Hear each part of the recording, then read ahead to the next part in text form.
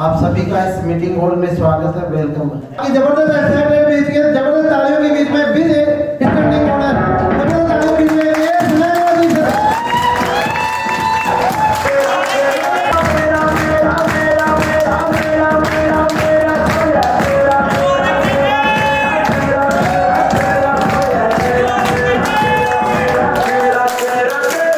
Thank you very much. आपके सम्मान और सम्मान के लिए दिल से शुक्रिया अदा करता हूँ। आज मेरी बारी ही नहीं आ रही। देखो समय की बात होती है। जब मैं पहली बार आया था तो किसी को बोलने नहीं आता था, सब हिचकिचा रहे थे। तो अभी मैं एंटर किया, पानी पूरी भी नहीं पिया तो स्टेज पे बुला लिया, हैप्पी वेलकम स्टेज प्रोफेसर जी नागरा। मैं कहा मुझे सांस तो लेने दो यार। तो आज तालियां बनती है कि ना, आज सभी को बोल रहा था। कैसे हुआ ये जो बिजनेस हम पहले कर रहे हैं? हम पहले क्या बिजनेस कर रहे हैं? खेती बाड़ी। यस। फिर क्या कर रहे हैं? जॉब। यस। 15-20 साल बंदा पढ़ाई करता है, जॉब करता है। जैसे मैंने बीए ऑनर्स किया गुरु नानक देव यूनिवर्सिटी में। मैं किसान का बेटा हूं, खेती करता था। फिर पता लगा कि जॉब करनी चाहिए तो मैंने पढ़ाई की, बीए ऑनर्स किया गुरु नानक देव यूनिवर्सिटी में, एमए किया पंजाब यूनिवर्सिटी चंडीगढ़ में, एमफिल किया पंजाब यूनिवर्सिटी चंडीगढ़ में। और भगवान की कृपा हुई अपने ही शहर में इंडिया का खूबसूरत कॉलेज डीएवी कॉलेज में as a Punjabi lecturer job करने का मौका मिला 24 साल की उम्र में।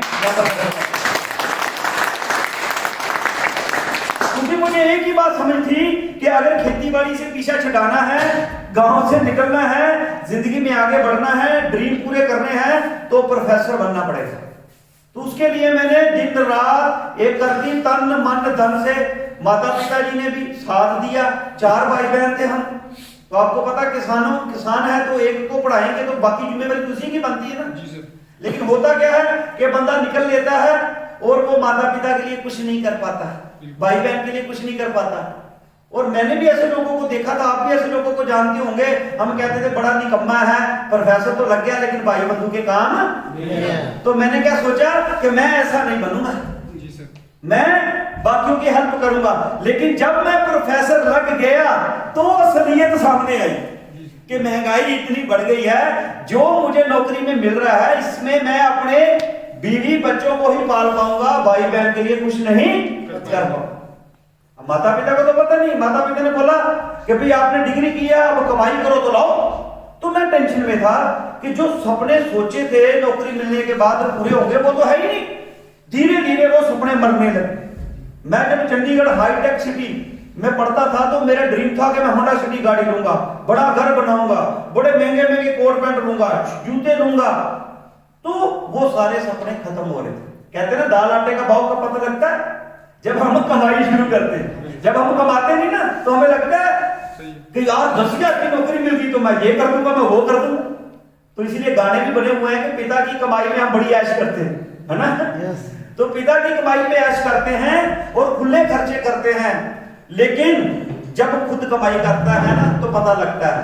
आपने देखा कई बिगड़े हुए लाल होते हैं आपके, आपने सिटी में देखे होंगे, वो पैसे की परवाह नहीं करते, खर्च देते हैं। तो सियाना बंदा पता क्या समझता है? इसने खुद नहीं कमाया, ये खुद कमाता तो उस पैसे की कदर करता। तो आज मेरे सर पे पड़ गई। तो धीरे धीरे सपने मर रहे थे। लेकिन मैं साथ साथ में पार्ट टाइम डायरेक्ट सेलिंग, तब मैं 98 की बात कर रहा हूं, 98 में जब मैं पढ़ता था तब मैं इस डायरेक्ट सेलिंग के बारे में जानता था। लेकिन ये नहीं पता था कि इतना बड़ा बिजनेस होगा, ये एज ए कैरियर बन जाएगा, गवर्नमेंट भी इसकी गाइडलाइन निकाल देगी। फॉरेन की कंपनी थी, उसमें काम करते, प्रोडक्ट भी बहुत महंगे होते थे, मेहनत भी बड़ी करनी पड़ती थी। तो मैं पढ़ाई के दौरान करता था। लेकिन धीरे धीरे इंडिया में कंपटीशन आना शुरू हुआ, कंपनी आनी शुरू हुई और कंप्यूटर का जमाना आया। मैं पंजाबी का प्रोफेसर था।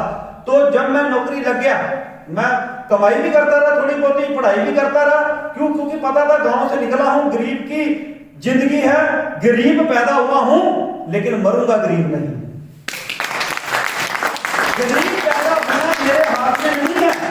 आप गरीब के घर पैदा हो रहे हैं, अमीर के घर पैदा हो, ये तो आपके हाथ में नहीं ना। नहीं सर। यस। लेकिन गरीब मरना है कि अमीर मरना है, ये आपके हाथ में है। हम गरीब घर में पैदा हो गए, कोई बात नहीं। लेकिन हम गरीब नहीं मरेंगे, हम कुछ करेंगे। अगर ये जज्बा आपके अंदर है तो रास्ता खुद ब खुद निकल आता है। इसीलिए हमारे बुजुर्गों ने क्या बोला, जहां चाह वहां राह, जहां चाह वहां राह। अभी बोले एक बार, जहां चाह वहां राह। देखो मैं आपको कुछ सिखाने नहीं आया, मैं भी इसी तरीके से कुछ चुनिंदा लोगों के साथ बैठा था जो जिंदगी में आगे बढ़ना चाहते थे। मेरी खोपड़ी में बात घुस गई। अगर मैं कहता हूं मैं तो भी गजटेड अफसर हूं, मैं तो प्रोफेसर हूं, 2 यूनिवर्सिटी में पढ़ा हूं, मैं तो लोगों को पढ़ाता हूं, मुझे कौन पढ़ाएगा। लेकिन एक अंडर मैट्रिक समझते हैं, जिसने 10वीं कक्षा भी नहीं की थी, उस पर्सन ने मुझे इस अपॉर्चुनिटी बताया कि ये डायरेक्ट सेलिंग के आने वाले समय में गवर्नमेंट इसको प्रमोट करेगी, दूसरे देशों में कर रही है, इंडिया में भी करेगी। ये डायरेक्ट सेलिंग एक बिजनेस है। कैसा बिजनेस है? जैसे खेती बाड़ी बिजनेस है, जॉब बिजनेस है। जैसे एक लाखों करोड़ों रुपए लगा के हम होटल खोलते हैं, पंप खोलते हैं, जब दुकान खोलते हैं तो लाखों लगा के हजारों कमाते हैं, वो एक बिजनेस है। ऐसे ही डायरेक्ट सेलिंग भी एक बिजनेस है। तो ये सदियों से हम कर रहे हैं। मैं कहता सदियों से कर रहे हैं। कैसे? जैसे अमिताभ बच्चन ऐड करता है, सचिन तेंदुलकर ऐड करता है, कपिल देव ऐड करता है, वो प्रोडक्ट की ऐड करके पैसा कमाते हैं। आज फिल्मों में लोग जो एक्टिंग कर रहे हैं, जो प्लेयर हैं, वो एडवर्टाइजमेंट करके प्रोडक्ट्स के बारे में बोल के, चाहे वो प्रोडक्ट यूज करते हैं चाहे नहीं करते हैं, लेकिन उसके बारे में बोलकर भी लाखों करोड़ों रुपए कमाते हैं। कमाते कि नहीं कमाते? तो ये वही बिजनेस है कि डायरेक्ट सेलिंग का क्या मतलब है कि ये जो प्रोडक्ट्स आपको दिए जाएंगे, ये बेस्ट प्रोडक्ट्स है। अगर इन प्रोडक्ट को हम टीवी में ऐड देंगे, अमिताभ बच्चन को हायर करेंगे, गांगुली को हायर करेंगे, तो क्या उनको पैसा देना पड़ेगा? देना पड़ेगा कि नहीं देना पड़ेगा? तो ये जो प्रोडक्ट का जो प्रॉफिट है वो कौन ले जाएगा? जो पहले से अमीर लोग हैं। इस पॉइंट को समझिए। जब ये चीज आप समझ लेंगे और समझा देंगे तो पर्सन आपके साथ जुड़ेगा कि ये एक बिजनेस है। समय बदल गया है, सोच बदल गई है। लाखों लगा के, करोड़ों लगा के हजारों आते हैं तो लोगों को बात समझ आती है, क्योंकि पीढ़ी दर पीढ़ी यही काम किया। वो कहते हैं यार ये बिजनेस है। 10-20 लाख लगवाओ बंदे का और बोलो 15-20 हजार आएगा तो बोलेगा ये बिजनेस है। लेकिन अब ये समझ क्यों नहीं आती? क्योंकि हम उल्टा बोलते हैं। क्या बोलते हैं? हजारों लगाओ, लाखों करोड़ों कमाओ। इसलिए खोपड़ी में बात घुसती नहीं। तो मैंने पार्ट टाइम साथ में किया। धीरे धीरे मुझे समझ आई कि ये क्या करना है कि इन प्रोडक्ट को हमने एडवर्टाइज करना है। जो अमीरों को पैसे जाते थे वो हम सब लोगों को, भाई बंधुओं को आएंगे। बाकी चीजों में कंपटीशन है, जहां से मैंने बात शुरू की डुप्लीकेशन की। बाकी चीजों में कंपटीशन है। हर बंदा कहता मेरी दुकान चले, साथ वाले का मुझे पता नहीं, मुझे नौकरी मिले, बाकियों का मुझे पता नहीं। कंपटीशन है। अपने बारे में सोचता है, किसी को बताता भी नहीं है। अगर आपका रिलेटिव का कोई अच्छा काम चल जाता है तो आप उसको जाकर पूछते हो काम कैसे चलता है? कहता ठीक ठीक चलता है, चाहे मर्सिडीज में जा रहा हो। वो ये नहीं बोलेगा बड़ा प्रॉफिट लेते हैं, उनको पता ये ना शुरू कर दे। अब एक दुकान मोबाइल की खुलती है, मार्केट में लाख रुपया कमाता है, तो 4-5 और खुल जाती हैं, तो मार्केट में तो लाख रुपया है ना, तो 5 दुकानों को कितना आएगा? 20-20 हजार।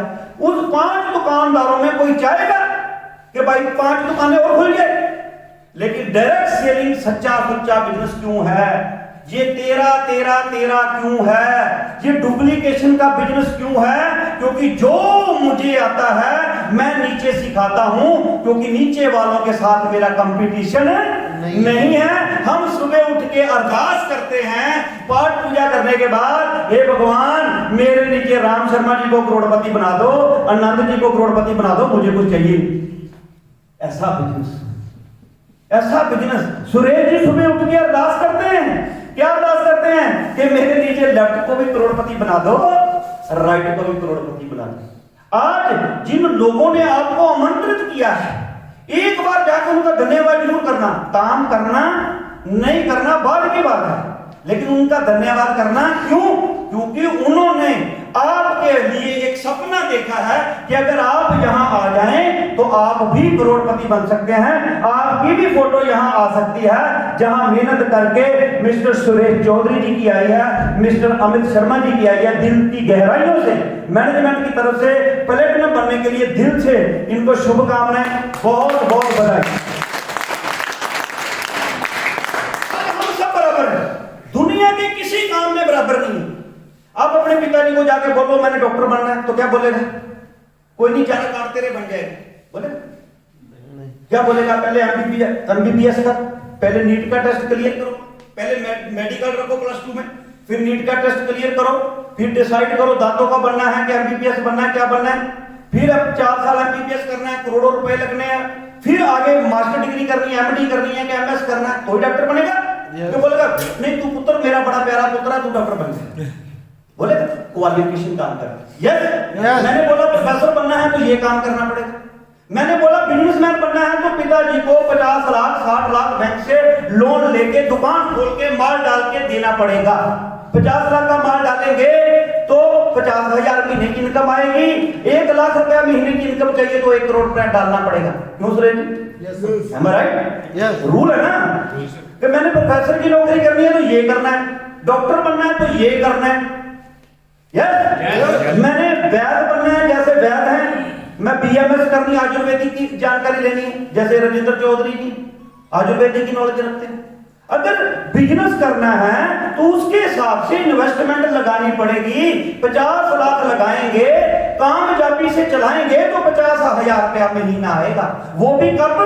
जब काम करेंगे तब, दुकान खोलेंगे तब। ये नहीं बोलेंगे आज गर्मी है दुकान नहीं खोलने, आज बारिश हो गई दुकान नहीं खोलने का, आज सोने का है, आज सर्दी हो गई गर्मी हो गई, घर में बहन आ गई है, घर में मेरी बहुत प्यारा रिश्तेदार आ गया अमेरिका से कनाडा से, तो का दुकान नहीं खोलोगे? आप 5 मिनट मिलोगे, मेरी दुकान का समय हो गया। आप दुकान नहीं खोलोगे तो आपको पता है कि मेरा ग्राहक दूसरी दुकान में चला जाएगा। डॉक्टर के पैसे में पैसा है, लेकिन डॉक्टर खुद बीमार हो, डॉक्टर के घर में प्रॉब्लम हो, लेकिन वो अपनी सीट पे बैठता है क्योंकि उसको पता है कि मेरा 100 कस्टमर है, अगर आज नहीं मैं बैठा ना तो मेरा ग्राहक दूसरे डॉक्टर के साथ जुड़ जाएगा। उसके घर में कोई आया हो, उसकी मजबूरी है। लेकिन ये डायरेक्ट सेलिंग एक ऐसा बिजनेस है, अगर आपने इसको समझ लिया, समझा दिया, आने वाले समय में सबसे बड़ा, आने वाले समय में नहीं आज की डेट में सबसे ज्यादा ग्रोथ देने वाला सबसे बढ़िया बिजनेस डायरेक्ट सेलिंग है। कोरोना में बड़े बड़े लोगों का बिजनेस बंद हो गया, लेकिन जिनका बिजनेस बंद हो गया डायरेक्ट सेलिंग में वो करोड़ों रुपए कमा रहे हैं आज भी पूरे वर्ल्ड में। केवल पंजाब राजस्थान इंडिया की बात नहीं कर रहा, पूरे वर्ल्ड में लोग पैसा कमा रहे हैं। लेकिन ट्रू ग्रोसरी 13 की तो होंद उत्पत्ति ही तब हुई थी जब लॉकडाउन लग गया था, तब ट्रू ग्रोसरी चल पड़ा था, क्योंकि ये 13 करती है, लोगों के बारे में सोचती है। डायरेक्ट सेलिंग का मतलब ही होता है, आज तो देखिए फोटो लगी है जिन्होंने अचीवमेंट किया, सत्येंद्र रायन जी हैं, 2 पार्टनर हैं, कान सिंह जी हैं, अपने कान्हा जाट जी हैं, और राकेश चौधरी जी हैं, राजेंद्र चौधरी जी हैं। ये हैं जहां, ये हैं जहां राम शर्मा जी हैं, जहां जो आज एक नया पर्सन आया, एक बार हाथ खड़ा करेगा जो नया पर्सन है आ जाए, आप बराबर है दुनिया में, आपकी लेवल इस कंपनी में बराबर है, इनकम भी बराबर है। आपने नेक्टर लिया, अपने लिए पैकेज लिया, तो इसका 10% आपको भी 10 ही आना है, इनको भी 10 ही आना है, बराबर हो गया? बराबरता का अधिकार हो गया? कहीं है? पहली चीज कि आपको ये नहीं पूछा जाएगा कि आपकी क्वालिफिकेशन क्या है, आपका धर्म कौन सा है, आपकी पर्सनालिटी कैसी है। आपको सिर्फ एक चीज पूछा जाएगा, जिंदगी में आगे बढ़ना चाहते हैं, अपनी हेल्थ को बढ़िया करना चाहते हैं, अपनी वेल्थ मतलब पैसा कमाना चाहते हैं, बस ये आप वो कहना चाहते हैं तो आप आगे, कोई क्वालिफिकेशन नहीं। नंबर 1। नंबर 2 पे कि आपका और हमारा डेडिकेशन बराबर। हम क्या हैं? We are independent business owner. हम क्या हैं? Independent business owner. अगर आपको को बोले कि आप कौन हो तो क्या है आप? Independent business owner. मतलब आप आजाद खुद एक ऐसे अपने बिजनेस के मालिक हैं कि आप किसी को भी मालिकाना हक दे सकते हैं, और वो आपका क्लोन है, डुप्लीकेट है। जो मुझे आता है मैं आपको इसलिए सिखाऊंगा क्योंकि आपका और मेरे में कंपटीशन ही नहीं। इसलिए मैंने बोला कि जिसने आपको बुलाया है वो चाहता है कि आपको पैसा आए, वो चाहता है कि आप ये प्रोडक्ट लेके स्वस्थ हो जाएं। आज कोई चाहता है? आज तो शिव खेड़ा जी लिखते हैं कि लोग अपने दुखों से उतना दुखी नहीं है जितना लोगों के सुखों से दुखी है।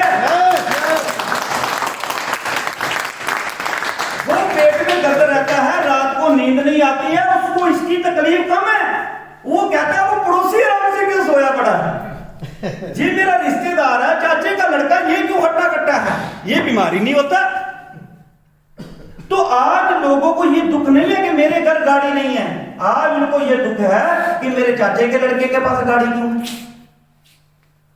लेकिन ये बिजनेस ऐसा है कि गाड़ी वाले बंदे के पास जाके पूछिए, राजेंद्र चौधरी जी के पास जाके पूछिए, सुरेश जी के पास जाके पूछिए, जितने लोगों को आज सम्मानित किया गया है, जितने लोग आज काम कर रहे हैं, श्याम जी हैं, तो आप इनसे पूछ सकते हैं कि इस बिजनेस को करना कैसे है, और जिसने आपको आमंत्रित किया उसका इसीलिए धन्यवाद करना है, वो आपके लिए अच्छा सोच है।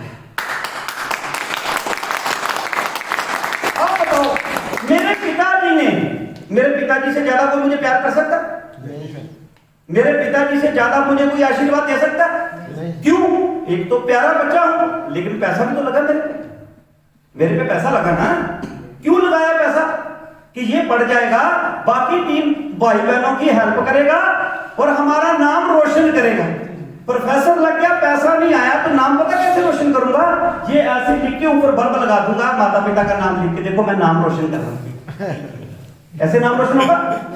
तो जिसको मैं घटिया सोच रहा था, मुझे महसूस हुआ कि तू वही घटिया इंसान बनने वाला है, बन गया है, क्योंकि प्रोफेसर लग गए। भाई बंधु के लिए कुछ कर नहीं सकता, तो मैं बुशों को ताव दे के प्रोफेसर बना रहता, तो माता पिता भी मुझे शाबाशी देते, क्योंकि उनको जो आता तो उन्होंने मुझे वही बताया। माता पिता के लिए बच्चे ही रहते हैं, चाहे मेरी दाढ़ी सफेद हो रही है, उनके लिए बच्चे ही हैं।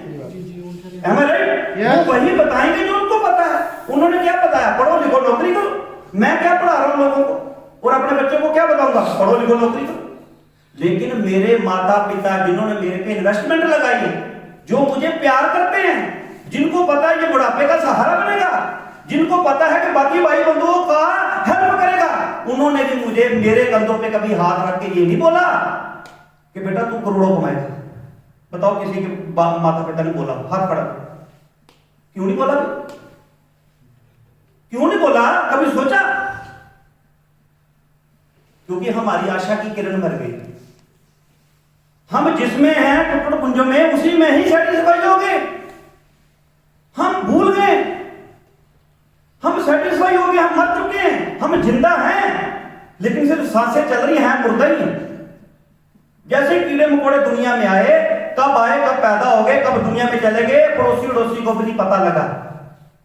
लेकिन कुछ लोग जिंदगी में आते हैं जो कहते हैं गरीब पैदा हुआ हूं, लेकिन गरीब मरूंगा नहीं।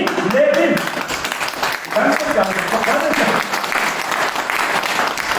माता पिता भी, मैंने ऐसे नहीं बोल दिया कि यार जिन्होंने आपको आमंत्रित किया है उनका धन्यवाद करो जी, उन्होंने आपको ना, हमारे माता पिता ने भी, जो हमारे प्यारे हैं, जिन्होंने हमारे पे पैसा लगाया है, जिनको हमारे पे आशा, वो भी हमारे कंधे पे हाथ रख के ये नहीं बोलते तू करोड़ों कमाने के लिए पैदा हुआ है ना। लेकिन जिस पर्सन ने आपको ट्रू ग्रोसरी में लेके आए हैं, जो आपके सीनियर हैं, वो आपके गुरुओं के गुरु क्यों हैं? हम क्यों उनका आशीर्वाद लेते हैं? हम क्यों उन पे भरोसा करते हैं? क्योंकि वो सपने में भी और सुबह पाठ करने के बाद भी, पाठ पूजा करने के बाद भी ये दुआ करते हैं कि जो मेरी टीम में 4-5 लोग हैं, भगवान इनको करोड़पति बना दो, इनको करोड़पति।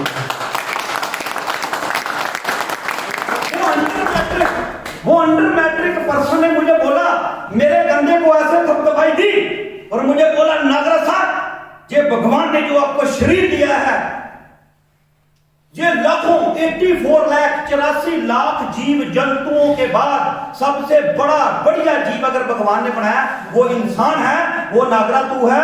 तेरे को भगवान ने ये 2 हाथ, ये 2 टांगे, ये 1 दिमाग, ये 2 आंखें करोड़ों कमाने के लिए दिए हैं। अब कमाना है कि नहीं कमाना फैसला तेरा है। वही मैं आपसे पूछना चाहता हूं। आप किसी को मत पूछिए, अपने आप को पूछिए, शीशे में खड़े होते। कुछ लोग जिंदगी में पैसा बनाते हैं, पैसा, और कुछ लोग जिंदगी में बहाने बनाते हैं, बहाने। मेरा पॉइंट समझ? काम करना है तो निशाने 1000 हैं, नहीं करना है तो बहाने 1000 हैं। कुछ लोग जिंदगी में बहाने बनाने आते हैं, कुछ लोग पैसे कमाने आते हैं। अपने आप को रात सोने से पहले छत पे देखना, हु यू आर। तू कौन है, बहाने बनाने वाला कि पैसे बनाने वाला? तू बहाने बना लेगा 10 साल 5 साल 15 साल, कोई तेरे को नहीं जान पहचान करेगा। अगर तू पैसे बना दिया तो तेरे रिश्तेदारों में, तेरे खानदान में, तेरे मोहल्ले में, तेरे स्टेट में, तेरे राजस्थान में, पूरे इंडिया में तेरे नाम का डंका होगा। लाखों लोग होंगे राजेंद्र चौधरी के नाम पे, लेकिन जब राजेंद्र चौधरी का नाम आएगा, गांव का नाम आएगा, खानदान का नाम आएगा, जयपुर का नाम आएगा, हजारों लोग होंगे सत्यनारायण के नाम के लोग, लेकिन जब काम करेंगे तो सत्यनारायण जाट का नाम आएगा। Am I right? Am I right? लाखों लोगों का नाम सचिन है, लेकिन सचिन बोलते ही किसका नाम आता है? सचिन तेंदुलकर। हम क्या करते हैं, हम अपनी क्रिएटिविटी खुद मारते हैं, कोई दूसरा नहीं मारता। हम खुद ही डिसाइड करते हैं कि हमें गाड़ी चाहिए, तो फिर आपकी अपने क्या करेगी, तो भगवान क्या करेगा? भगवान कहता है इसको चाहिए ही नहीं तो मैं उसको दूं जो बेचारा मांग रहा है, जो मेहनत कर रहा है। भगवान आपको मर्सिडीज गाड़ी देना चाहता है, लेकिन वो पहले देख रहा है कि तू इसके काबिल है। भगवान तुझे डायमंड बनाना चाहता है, पर पहले देखेगा कि तेरी काबिलियत है कि नहीं है। तुम काबिलियत बढ़ाते जाओ, पहचान और पैसा अपने आप बढ़ता जाएगा, अपने आप बढ़ता जाएगा, अपने आप बढ़ता जाएगा। तो दोस्तों कैसा बिजनेस है ये? कैसा बिजनेस है जिसकी नॉलेज हमारे माता पिता को नहीं, आज मुझे हो गई, तो आज हम अपने बच्चों को क्या समझा रहे हैं? आप अपने बच्चों को क्या समझा रहे हो? आज गवर्नमेंट समझा रही है। जो काम हम 98 में बोलते थे, और हम पता कैसे बोलते थे, सुना सुनाए बोलते थे। उन्होंने बोला, हमने बोला सच्ची होगा, हम भी बोलते थे। क्या बोलते थे? कि पैसा कमाने, नौकरी देने वाला बनो, नौकरी करने वाले कब बोलते थे हम? 98 में जिंदगी रमनवाज जी, श्याम जी, 98 में हम बोलते होते थे। 2002 में जब मेरी नौकरी लग गई, 2003 में मेरी मैडम की गवर्नमेंट जॉब लग गई, बीटीसी जिसको बोलते हैं, काथा का पढ़ाना, 50-60 हजार लेके आना, जो प्राइमरी टीचर होते थे।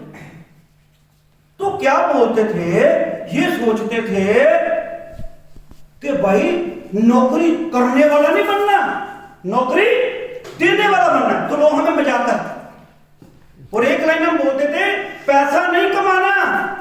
कहता अच्छा यार, सब तो बोलते पैसा कमाना, हम बोलते पैसा कमाने की टेंशन खत्म करना। दो लाइनें कहता है।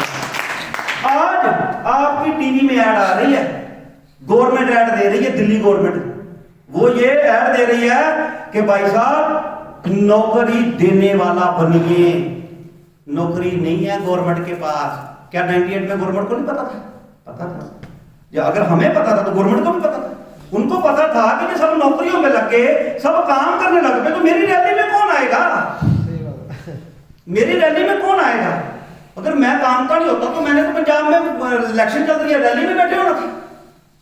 मेरा पॉइंट अंडरस्टैंड करते कि आज गवर्नमेंट बोल रही है, हम 1998 में और 2000 में जब मैं आईटी फील्ड में आया तो हम बोलते थे नौकरी देने वाला बनना। मैंने अपनी जॉब छोड़ी, मेरी वाइफ ने अपनी जॉब छोड़ी, मैंने खेती बाड़ी छोड़ी, पिछले सारे दरवाजे बंद कर दिए, लेकिन डायरेक्ट सेलिंग सिंपल 2 लाइनों में बंदे को समझाने वाली है कि ये जो प्रोडक्ट है, अगर इसकी एड कोटी की मैं करूंगा तो जो करोड़ों रुपए अमिताभ बच्चन ने लेने थे मुझे आएंगे। इसीलिए अमीर अमीर होता जा रहा है और गरीब गरीब होता जा रहा है। ये सबको पता है, प्रोफेसर को भी, पीएन को भी, लेकिन क्यों हो रहा है ये किसी को नहीं पता। वो आज डायरेक्ट सेलिंग ने बताया कि ये प्रोडक्टों की ऐड करके अमीर अमीर होते जा रहे हैं, जिनको पहले पैसे की जरूरत नहीं है। सलमान खान को जरूरत है पैसे की, सैफ अली खान को जरूरत है, अमिताभ बच्चन को जरूरत है, वो तो लाखों करोड़ों कमा रहे हैं, सचिन तेंदुलकर को जरूरत है, विराट कोहली को जरूरत है, लेकिन क्या बोल रहे हो? खाओ गगन रहो मगन। क्या खुद गगन खाते होंगे? वो खाओ रिफाइंड, खुद रिफाइंड खाते होंगे। वो तो देसी घी का भी बाप खाते होंगे, जिनकी लाखों रुपए की रोज की इनकम है। आज आपके लोग, हम लोग देसी घी खाते हो, कोई नहीं खाते, तो क्या वो रिफाइंड अपने बच्चों को देगा? आज न्यूडल खाओ, प्लेयर को न्यूडल खाना चाहिए, एक समझदार बंदा अपने बच्चे को मैगी नहीं देता, तो वो बोलते मैगी खाओ प्लेयर बन जाओ, तो हम बेवकूफ, हम कहते खाओ। हम उनकी ऐड करके उनको अमीर कर रहे हैं, जब अपनी बारी आती है तो हम शर्मा जाते हैं। बीच में कितने लोग बैठे जिनका चेक भी बना, स्टार में आए नहीं, शर्माते हो शर्माते हो। हमारा तो चेक नहीं बना होता था, भाग के जाते थे, हम भी जाएंगे, सर कहते थे पहले कमाओ, हम कहते हम भी बोलेंगे, सर कहते पहले लेवल कमाओ। आप आगे हो तो भाग के स्टेज पे आइए, क्या करना है सिंपल एक लाइन में, क्या ये काम पहले नहीं कर रहे आप? पहले नहीं कर रहे? आपको कोई पूछता गाड़ी कौन सी बढ़िया है, आप लड़ पड़ते हो, हीरो होंडा बढ़िया, दूसरा कहता बजाज बढ़िया, हीरो होंडा बड़ा, तेरे को बहुत पता, लड़ पड़ते। मशहूरी किसकी हो रही? हीरो होंडा की। आपको कोई पूछे टीवी कौन सा बढ़िया है, आप कहते हो सोनी का बढ़िया, दूसरा कहता भी एलजी का बढ़िया, वो कहता सोनी का बढ़िया, तेरे को खास पता, चाटा मारते लड़ाई। मशहूरी किसकी हो गई? हमारे खून में नेटवर्किंग है, हम पैदा ही नेटवर्किंग से हुए। हम कोई अलग काम नहीं कर रहे, हम दिन रात ऐड करते हैं। आपको को पूछ ले डॉक्टर कौन सा बढ़िया, आप कहते हैं फलाना। आपको पूछता मिठाई वाला कौन सा बढ़िया, आप कहते हैं फलाना। आपकी बीवी को पूछता है, आपकी बहन को पूछता है कपड़े कहां से लेने, आप बोलते वहां से। और पता क्या साथ में बोलती है वो, कि तेरे को ढूंढा नहीं जाना, तू कल मेरे घर आना, तेरे को चाय पिलाऊंगी, साथ में चाय पिलाएगी, साथ में अपने स्कूटर पे लेके जाएगी और उस दुकान से जाके साड़ी दिलवा के लेके आएगी, क्योंकि हमें ऐड करने की आदत है। हम भी कर रहे हैं, कोई नया काम थोड़ी कर रहे हैं, कोई नया काम थोड़ी कर रहे हैं। आज आपका डॉक्टर की ऐड आपने की, मिठाई वाले की ऐड आपने की, आज बिना पैसे की ऐड की। अगर हमें कोई बोले कि भाई साहब जहां से मैंने सूट लिया है, जब तू 4 लोगों को सूट दिलवा देगा तेरे को सूट फ्री मिलेगा, तो क्या आप ऐड करोगे कि नहीं करोगे? अब होना शुरू हो गए, फोन आने शुरू हो गए, 2 लोगों को चश्मा लगाओ, तेरा चश्मा फ्री, क्योंकि उनको पता लग गया कि सबसे बड़ा काम नेटवर्किंग है। और वो लोग जो खाते नहीं, रिफाइंड खाओ, हार्ट अटैक से बचाता है, खुद हार्ट अटैक हो गया वो उड़ सकती है। मतलब हमने वो चीज बेचनी है, वो चीज बतानी है जिन्होंने मेरी जिंदगी में परिवर्तन लाया है। मेरी मैडम को डॉक्टरों के कारण गैस की गोली लगी थी। आपको पता है गैस की गोली जहर है, कैंसर है, लेकिन हर दवाई की, अंग्रेजी दवाई के साथ आपको गैस की गोली पता क्यों दी जाती है? कि आपको डाइजेस्टिव सिस्टम सही हो जाए। एक जैसे बंदा सिगरेट पीता है, जैसे गुटखा लगाता है, क्यों लगाता है? उसको पता है इससे कैंसर होगा, ऊपर लिखा है, लेकिन क्यों लगाता है? उसको थोड़े के टाइम पे मजा आता है, थोड़े के टाइम उसकी बॉडी रिलैक्स करती है, खाया पिया उसका हजम हो जाता है, उसको लगता है मेरी सांस थोड़ी सही है। इसी तरीके से गैस की गोली लोगों को लग गई। क्यों वैद साहब गैस की गोली लग गई लोगों को? गैस की गोली के ऊपर लिखा आना शुरू हो जाएगा, एक सिगरेट से ज्यादा नुकसान एक गैस की गोली कर रही है। पर क्या हमारा थोड़ा सा सांस फूलता है, हमारे खट्टे टकार आते हैं, थोड़ी सी गैस होती है, हम गैस की गोली अंदर 5 दिन खा लो, 8 दिन खा लो, कोई दिक्कत नहीं, हाँ प्रॉब्लम थी खत्म हो गई। एलोपैथी का मतलब है प्रॉब्लम आई है उसको मैनेज कर लो, मेरी तकलीफ कम हो जाए, फिर जड़ पे इलाज करो। लेकिन लोगों ने क्या किया? 8-8 महीने, 2-2 साल, 3-3 साल हो गए, गैस की गोली पक्की लग गई है। और जो गैस की गोली है इसके बारे में आपने YouTube में देख लेना, या डॉक्टर साहब से सुना होगा कि ये कितनी तगड़ी भयंकर प्रॉब्लम है। इसी तरीके से ही आपकी बीवियों को, लोगों की बीवियों को एलर्जी हुई, थोड़ी सी गोली खा ली, सिर दर्द होया, सिर दर्द की गोली लगी हुई है सालों से। वो आने वाले समय में हमारे शरीर को कंडम कर देंगे, हमारे करोड़ों कमाने का कोई फायदा नहीं जब हमारी बॉडी ही फिट नहीं रहेगी। सो दोस्तों इस चीज को अंडरस्टैंड करिए कि हमने कोई नया काम नहीं करना, एडवर्टाइजमेंट करके वो पैसे उनकी जेब में जाने थे, अब आपकी जेब में जाने हैं। हम कोई लॉटरी नहीं डाल रहे, ये कोई मेंबर बनाने वाली चीज नहीं है, ये कोई ये नहीं कि सामान खरीदना है, सामान बेचना। हम ना समझें, आज समझ नहीं आई तो आपके बच्चे आपको बोलेंगे बापू तूने क्यों नहीं किया? क्योंकि जब आप ही का भाई बंधु इस ड्रग सेलिंग को करके एक बड़ा बिजनेस खड़ा कर चुका होगा, एक बड़ी टीम बन चुकी होगी, जो दूसरी लाइन मैंने बोली है, काम करे चाहे ना करे फिर भी पैसा आएगा, क्योंकि नीचे टीम बन गई, नीचे टीम बन गई है, वो टीम काम कर रही है। तो आज जब आपका भाई बंधु आज से 5 साल, 10 साल, 15 साल बाद जब आपका बच्चा कॉलेज जाएगा तो उसके पास साइकिल होगा या स्कूटर होगा, और जब आप ही का कोई दोस्त मर्सिडीज गाड़ी में, BMW गाड़ी में अपना बच्चन छोड़ने जाएगा तो मिलेगा ना? मिलेगा ना? मेरे बाप का दोस्त मेरे बाप को मिलेगा कि नहीं मिलेगा? मेरा दोस्त मुझे मिलेगा कि नहीं मिलेगा? तो जब मैं और मेरा दोस्त दोनों इकट्ठे चले थे, मैं नौकरी करता रहता और वो नेटवर्किंग कर जाता, तो जब मैं जाता तो स्कूटर पे छोड़ने जाता तो वो 20 लाख की गाड़ी में आता, तो मेरा बच्चा मुझे क्या कहता? बापू तेरे को अकल नहीं आई, उसने नेटवर्किंग कर ली, तूने क्यों नहीं? ये एक गवर्नमेंट रजिस्टर्ड गस्टेड बिजनेस है, इसको पूरी दुनिया कर रही है। अगर इसको आप समझने में और समझाने में सक्षम है तो आपके साथ पर्सन नहीं आएगी। अब जो कर रहे हैं बहुत बढ़िया कर रहे हैं, लेकिन ये डायरेक्ट सेलिंग से आप अपने बिजनेस को बड़ा कर सकते हैं, नंबर 1। नंबर 2 पे कि ये जो प्रोडक्ट्स हैं ये सही जगह पे सही लोगों को पहुंचा दिए, समझा दिए, बार बार बिजनेस आए। जैसे राजेंद्र चौधरी जी ने क्या बोला कि मैंने अब राजेंद्र चौधरी जी अपने पिताजी को सेमिनार में लेके आते, प्लान समझाते, ट्रेनिंग करते, तो क्या काम करते? नहीं करते, नहीं करते। करते जैसे बाकी कंपनी में लोग करते, महीना 2 महीने करते थे, छोड़ देते, फिर दूसरी कंपनी करते। ऐसे ही ना, 2 महीने 3 महीने काम किया, हमने धक्के से प्रोडक्ट बंदे के घर में ठोक दिए और प्रोडक्ट में दम नहीं है, पैसे पे ध्यान रखा, दोबारा रीपरचेज नहीं आनी, वो 4-5 महीने बाद जा काम छोड़ देगा या नई कंपनी ज्वाइन कर देगा।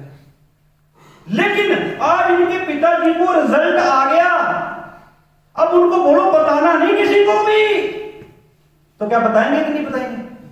उन्हें बताते ना, तो बिजनेस हो गया। बिना प्लान बताए ही बिजनेस हो गया। क्यों? क्योंकि रिजल्ट का रिजल्ट आ गया। आज पंजाब में आग लगी हुई, तहलका मचा हुआ है, कोई सेमिनार नहीं होता, कोई मीटिंग नहीं है, लेकिन बिजनेस निकल रहा है क्योंकि प्रोडक्ट की डिमांड है। आप एक बंदे को समझा के 4 प्रोडक्ट बेच रहे हो, लेकिन रिजल्ट आ गया तो वो शोर मचाएगा, वो बोलेगा भाई इसको भी सही कर दो, इसको भी सही कर दो, इसको भी सही कर दो। आपकी वाइफ को रिजल्ट आ गया, वो सबको बताएगी। इस प्रोडक्ट को विश्वास से लो, और इस प्रोडक्ट का कोई दुनिया में कंपटीशन नहीं है। और जो बात मैंने शुरू की वहीं खत्म करने लगा हूं कि आप अपने आप को समझिए। सुरेश जी बैठो, आप अपने आप को समझिए, अपने आप को कि आप कौन हो, आप कर सकते हो। एक इतिहास की बात बताता हूं। विल्मा रुडोल्फ का नाम सुना किसी? नहीं। विल्मा रुडोल्फ,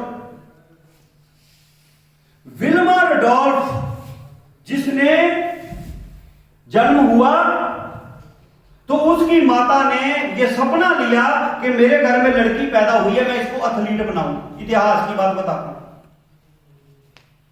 देखो ना, मैं कोई बात करूंगा आप नहीं मानेंगे, आप कोई करेंगे मैं नहीं मानूंगा, इतिहास को तो मानना पड़ेगा। नाम नोट कर लो, जाके सर्च मार लेना।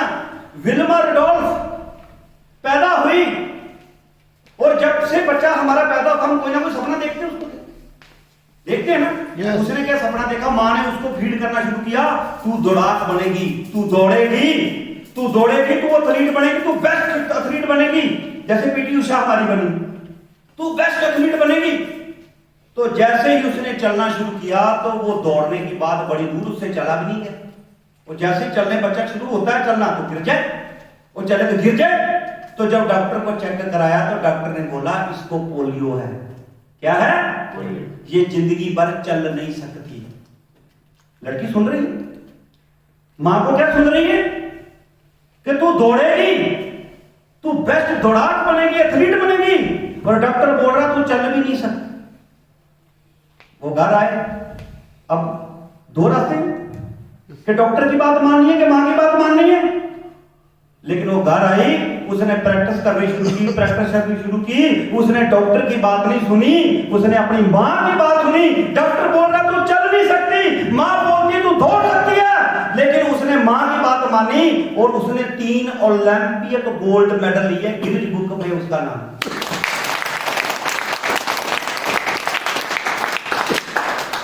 कैसे हो गया? क्योंकि उसने अपने आप को सवाल किया। बहाना बनाना है कि काम करना है। कुछ लोग सारी जिंदगी बहाने बनाते रहते हैं, मेरे पेट में दर्द, मेरी वाइफ के पेट में दर्द, मेरा बाप नहीं मानता, कहता अमेरिका चांद में चला गया, और इंडिया में बंदे का बाप ही नहीं मानता। मेरा पॉइंट अंडरस्टैंड करते? फैसला आपका, उसकी इंटरव्यू हुई, उसने बोला मैं डॉक्टर की बात नहीं मानी, मैंने अपनी मां की बात मानी। काम करना है तो निशाने हजार हैं, नहीं करना तो बहाने हजार हैं। माउंट एवरेस्ट को जानते नेट पे जाके लगा लें। माउंट एवरेस्ट की कितनी ऊंचाई पता है क्या? 8,848 मीटर। तो फीट में कितनी बनती है? 29,031 कितनी? 29,031 फीट। मेरे पॉइंट को अंडरस्टैंड करना। हम इंसानों की बात कर रहे हैं, जानवरों की या देवताओं की बात नहीं कर रहे। फैसला आपका, क्योंकि कोई आपको नहीं समझा सकता। भगवान भी नीचे आके बोले कि तू करोड़पति बनेगा, तू कहेगा मैं बनना ही नहीं, तो फिर कैसे बनूंगा? हमारी क्या औकात है? जिस दिन आपने फैसला कर लिया कि मैं करूंगा, मैं गरीब नहीं बनूंगा, मैं करूंगा, अपना निशाना बना लिया, काम अपने आप निकलेगा। क्योंकि जहां चाह, अब बोलो जोर से, जहां चाह, जहां चाह। तो इसमें चढ़ने के लिए बड़े लोगों ने प्रयास किया। एक नाम आता है एडमंड हलेरी, जो सबसे पहले माउंट एवरेस्ट पे चढ़े। बड़े लोग आए, चढ़े, प्रयास किया, छोड़ दिया। एडमंड हलेरी आया तो एडमंड हलेरी कहता मैं चढ़ूंगा। उसने पहली बार प्रयास किया, ऑक्सीजन की कमी थी, थोड़ा उसका स्टेमिना कम था, नीचे आ गया। लेकिन सारी दुनिया में चलका मच गया कि एडमंड हलेरी ने कोशिश की, सबसे ज्यादा ये चढ़ गया पर पूरा नहीं चढ़ पाया। हल्ला गुल्ला हो जाता प्रेस में, दुनिया में। फिर दूसरी बार उसने फिर प्रयास किया, मेहनत किया और बोला मैं चढ़ूंगा। जैसे दूसरी बार चढ़ा, वहां गिर गया और उसकी एक टांग टूट गई। Hello, yes. अब अपने आप को खुद वहां रख के देखो। बाप लग मारेगा, साले टांग तो उठा के आ गया, बोला था ना नहीं चढ़ेगा नहीं तेरे से, ऊपर से पीटेगा लग। और हम ठंडे होकर बैठ जाएंगे, अब तो टांग टूट गई, अब तो मैं हैंडीकैप हो गया। लेकिन उसकी चर्चा बड़ी होगी कि बंदा बड़ा जिद्दी। अब सेमिनार में बुलाया गया, और आपको पता जब सेमिनार में बुलाया तो कुछ उत्साहित करने वाले होते हैं और कुछ गिराने वाले होते हैं। इसी सेमिनार में करोड़पति बनने हैं, तू नहीं बनता, डायमंड बनने आया, राम शर्मा बन गया, तू नहीं बनेगा। क्योंकि टॉन्टिंग करते हैं ना। अगर आपके अंदर आ गए तो वो टॉन्टिंग काम करेगी। आपको पता है, मैं अपनी स्टेज पे बोला जब मैं डायमंड बना था कि मैं सबसे पहले उन नेगेटिव लोगों का धन्यवाद करता हूं जिन्होंने मुझे इस बिजनेस में आने के लिए हंसी मजाक किया और मेरी खिल्ली उड़ाई कि तू अच्छा बड़ा प्रोफेसर है, तेरे पास स्कूटर है, गाड़ी के चक्कर में तेरी नौकरी भी जाएगी और तेरा स्कूटर भी जाएगा। मैं धन्यवाद करता हूं उन नेगेटिव लोगों का, उन ऐसे लोगों का जिन्होंने मेरी खिल्ली उड़ाई। क्योंकि उन्होंने मेरी खिल्ली ना उड़ाई होती तो मेरे अंदर का चैलेंज नहीं था, मेरे अंदर का हनुमान नहीं जागता। वैसे मैं धीरे धीरे लगा था, जैसे मेरे को मजाक किया, देखो बंदे की पगड़ी काली, दाढ़ी काली, स्कूटर टूट गया, 5-6 हजार का स्कूटर होता था, ये गाड़ी के जबड़े लेता। और जिन लोगों ने मजाक किया आज वो उन्हीं फटे हालातों में, लेकिन उन्होंने मजाक किया तो मेरे अंदर मैंने आके शीशे के आगे खड़ा होकर बोला वैसे तो चाहे मैं छोड़ देता, अब मैं फोड़ दूंगा, अब मैं करके दिखाऊंगा कि मैं कौन हूं। हजारों लोगों के नाम है कृपाल सिंह नागर, कोई नहीं जानता, लेकिन केएस नागरा नाम आते तो बोलते हैं कोई नेटवर्क डायरेक्ट से। तो किसका नाम रोशन हुआ?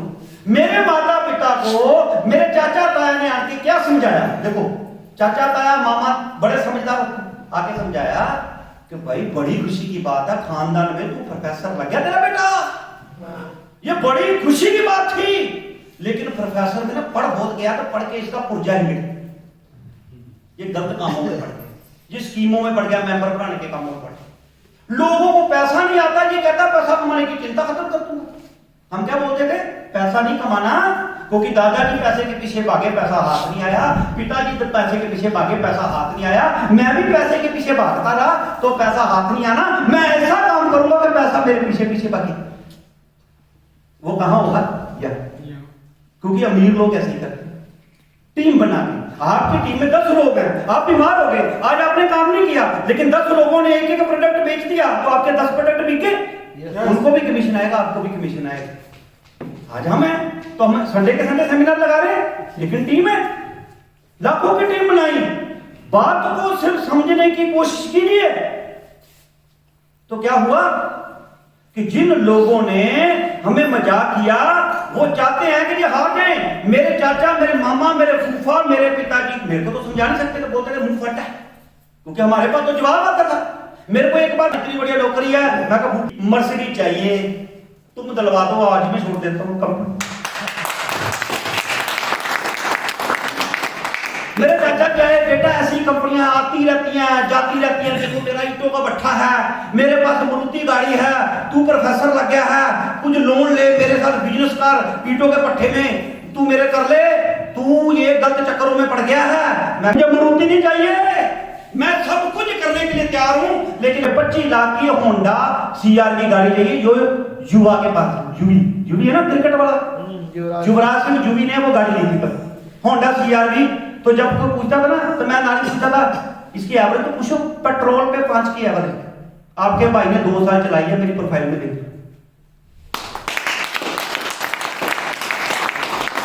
2005 में मैं 0 हूं, मुझे कुछ नहीं पता क्या होना है। मतलब 2002 में मैंने काम स्टार्ट किया, मैं लगा रहा 2003 में, 2004 में, 2005 में मुझे अपनी टीम में 2 ऐसे लोग मिले लेफ्ट राइट में। कितने साल बाद? 3 साल बाद, 3 साल लगा रहा, 3 साल लोगों की बातें सुनी, सब कुछ सुना। मैंने अपने चाचा को बोला मैं नौकरी भी छोड़ने के लिए तैयार हूं, मैं इन लोगों का भट्ठा करने के लिए भी तैयार हूं, पर मुझे बता दो कि 2 साल बाद मुझे वो 25 लाख वाली गाड़ी चाहिए, और मैं जिंदगी में 2-3 साल काम करूंगा, उसके बाद नहीं करना, पैसे अपने आप आए। तो कहते थे मेरे पास तो रास्ता नहीं, तो मैं बोलता था बैठो मैं बताता हूं मेरे पास रास्ता है।